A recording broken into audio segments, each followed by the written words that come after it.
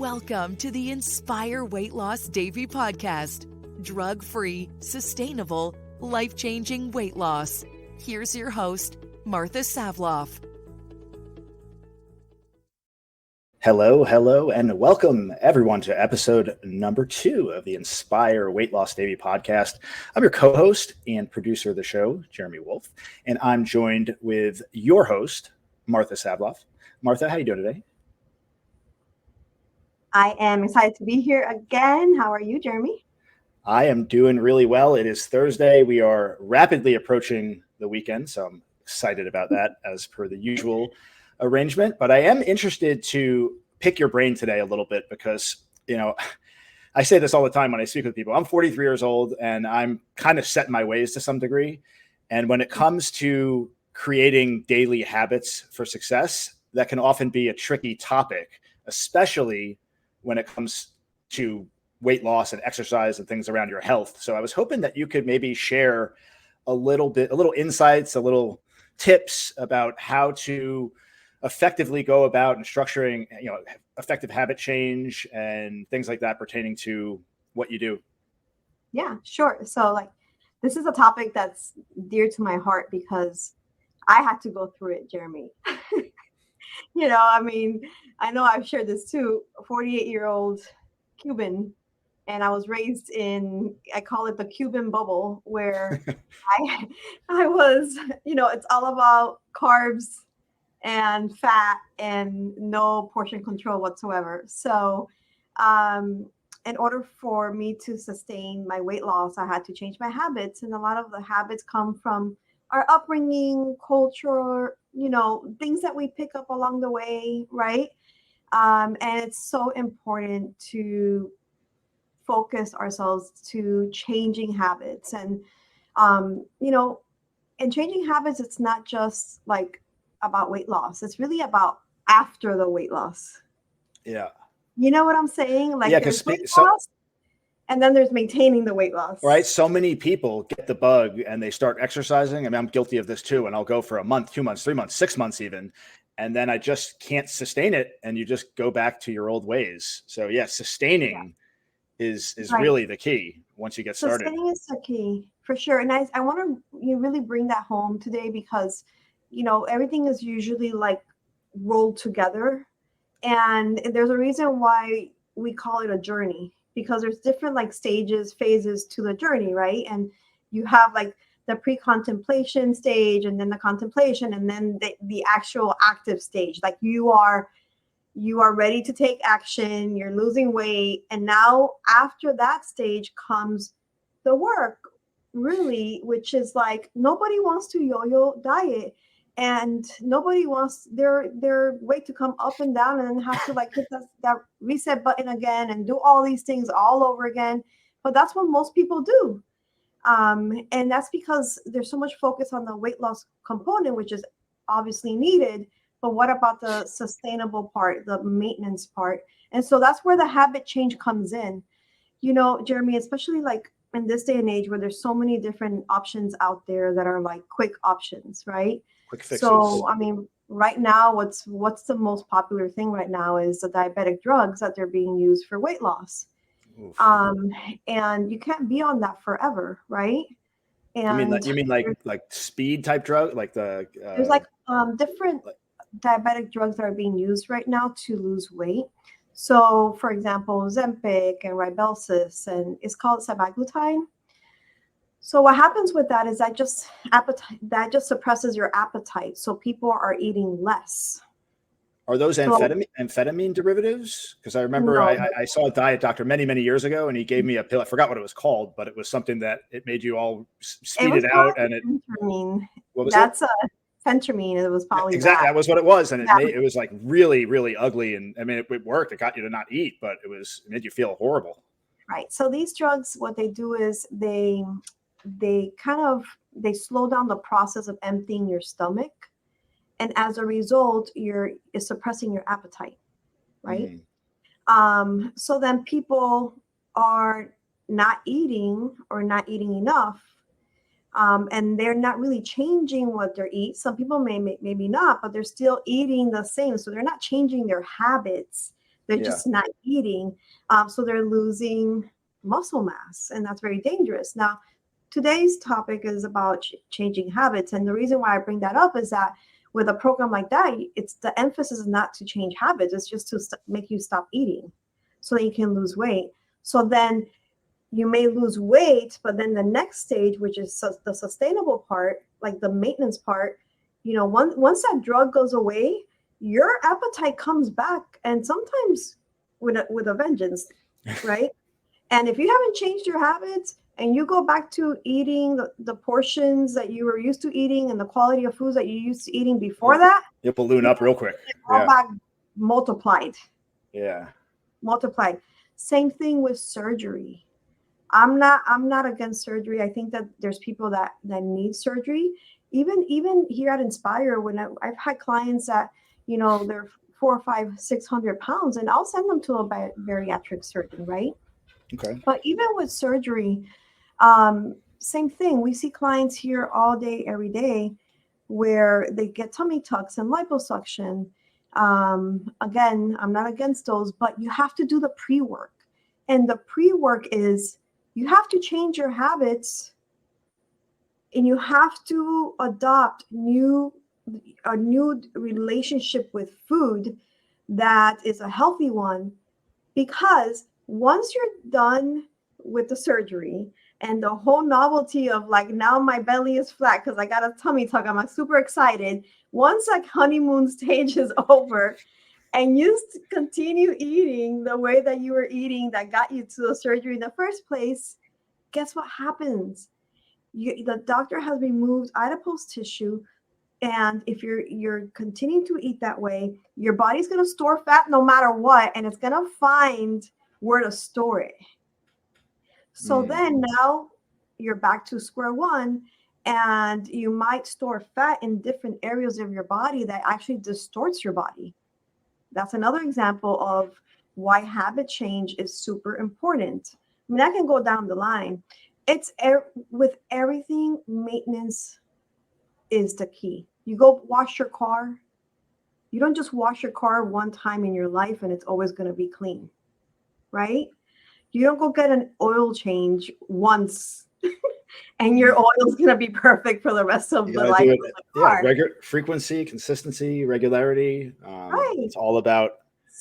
So the bottom line, Jeremy, is you can try all these things and they're not all bad. Like, let's say going to the gym. That's amazing. That's awesome. We are advocates. I love working out, all those things. But again, you can go work out for an hour, burn 400 calories, and then go get a Frappuccino at Starbucks. That's 350 calories and you're done. And that's just one drink. Right. One drink just knocks out all those calories you've just burned off. So yeah, we're creatures of habit, obviously, but unfortunately, well, to some, we live in a society of instant gratification, quick fix, and many of us have habits that are detrimental to our success and happiness in life.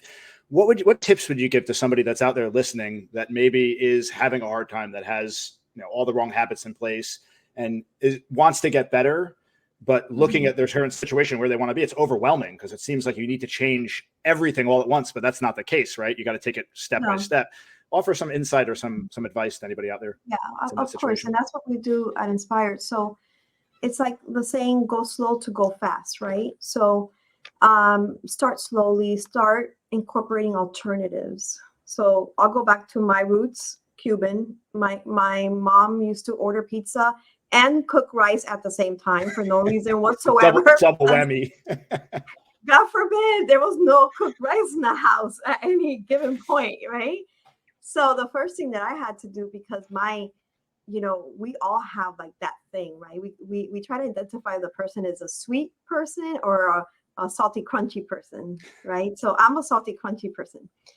And that's what would get me in trouble because I would snack that kind of stuff. So the first thing I did was look for alternatives to those things. So, instead of white rice, now I do cauliflower rice.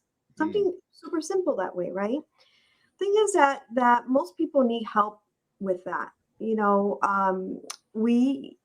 Most people don't really know like the differences and even the different macros, what's protein, what's carbs, what's fat. And it's okay because in my life, I didn't until now, until 7 years ago that I got into it and Open Inspire weight loss. But um, it's important that you find somebody that will support you and teach you, Accountability. because everybody's different and everybody's body responds differently to different things, right? So then what you got to do is, first and foremost, add some type of movement to your life, to your lifestyle, right? Second, just write down, and journaling is really eye-opening because we can have an idea of what we eat.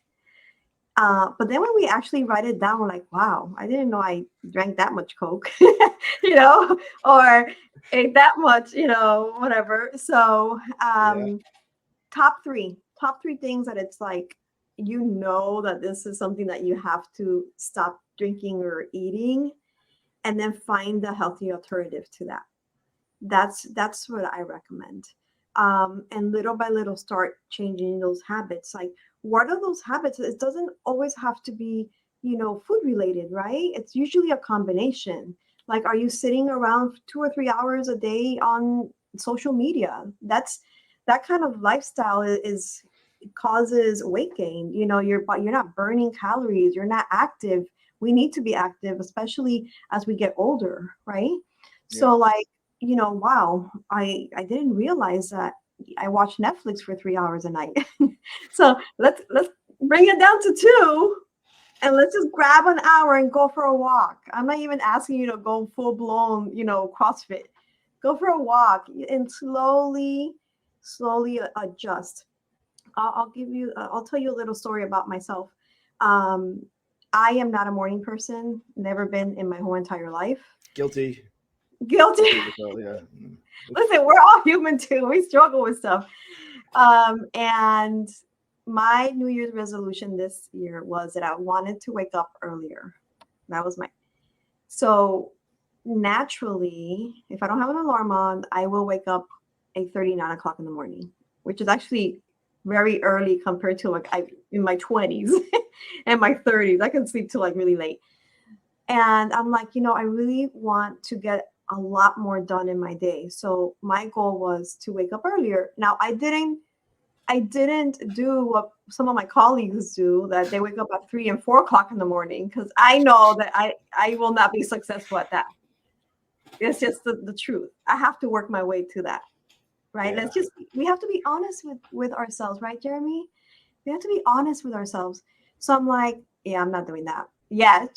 So I'm just going to work my way to that. So my goal, I gave myself a goal of 7:30, and that's more little steps, right? Little bites. Yeah, certainly achievable and attainable. It is. And so I heard this really great speaker say one time, he was talking to business owners, how, let's change our mindset. And instead of putting an alarm to wake up, let's put an alarm to go to sleep. And I was like, wow, that's genius.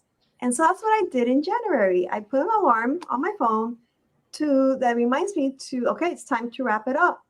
Whatever it is that I'm doing, that alarm goes off at 10 o'clock at night. And by 10:30, I'm asleep, because I want to get a certain amount of hours because, of sleep. And I want to wake up at 7:30. So I did that little tweak, right? And that's what I'm talking about. Do a realistic tweak of whatever it is that that you need to eliminate from your life. Those things that are not infusing life into your life. Yeah, one step at a time. And for me, waking up in the morning, it's always a problem unless if I have something that I have to get up for, if there's an obligation, if I have a meeting at 7, it doesn't matter what time it is, my biological clock, I can't go back. It just wakes me up.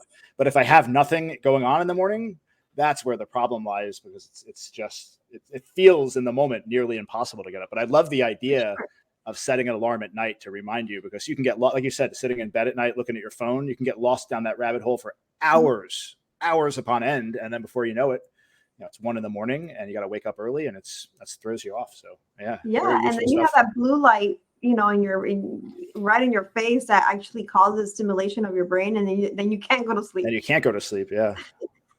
So the moral of the story is, I journal, identify those things, look for alternatives, things that are realistic, things that are going to cause you to be successful. Like, I knew that 4:30 in the morning was not going to happen for me, at least not now. We have to be honest with ourselves. So make sure it's realistic and then work towards that. And make sure you have people around you to help you through it. And accountability is a big thing too. Mm-hmm. Somebody helping you stay accountable to your goals and your desires and dreams. And so that, I think, it's the successful formula. Yeah, 100%. Martha, anything else you'd like to share on this topic? I'm sure we could talk about this for hours upon end, but is there anything else that you'd like to share before we wrap up? I do. I want to tell people out there that you can do it. Just because you were raised a certain way, just because your family did it a certain way, just because maybe you failed before at it. God, when I tell you I tried everything under the sun, you can probably name every single weight loss program and that I failed on, but I didn't give up on myself. And so don't give up on yourself. You can do it. It doesn't matter. The past does not matter. The past does not matter. You can do it, and you just have to have the right mindset, right? Be positioned for success and have the right people around you. You can change your habits. And if you're in a position where you don't want to change your habits, then I really challenge people to really reflect and ask themselves the questions like, how much value does living healthy and living a long life, how much value do they hold that? Because a momentary thing of like, having pizza might taste good, but what are the effects of that long term? So it's like the unattended consequences of people's decisions, right? And so if you have a desire in your heart and you don't know how to do it, seek help, because there's people that are out there ready to help you. And then also weigh your options. Like, I was 42 years old and I was heading a direction of being sick. And I want to live a long life. And if that means that I had to sacrifice my white rice and Cuban bread and pastelitos de guayaba, heck yeah. And what else? You know what else, Jeremy? You don't have to do that forever. You just have to be smart about it and learn how to manage your lifestyle, so then you can treat yourself. You can have a cheat day here and there. It's perfectly fine. Yeah. But you gotta all about the cheat days. There's so much power in the brain, and it's not always in the emotions too. The saying, what do you feel like eating? Forget about what you feel like eating. It's what should I eat? Yeah. Not an easy task, but it's a doable one if people allow themselves the opportunity to do it. Martha, always a pleasure being in your company. Lovely hearing your insights and sharing your knowledge. And I'm definitely taking a lot of that to heart myself. And I am looking forward to continuing on this journey and learning more and putting that good vibe out in the universe and trying to help as many people as possible. So until next time, everyone have a wonderful day, and we'll see you on the next episode. Take care. Bye. Thank you for listening to the Inspire Weight Loss Davie podcast. To get your journey started, visit inspireweightloss.com or contact 954-837-8811.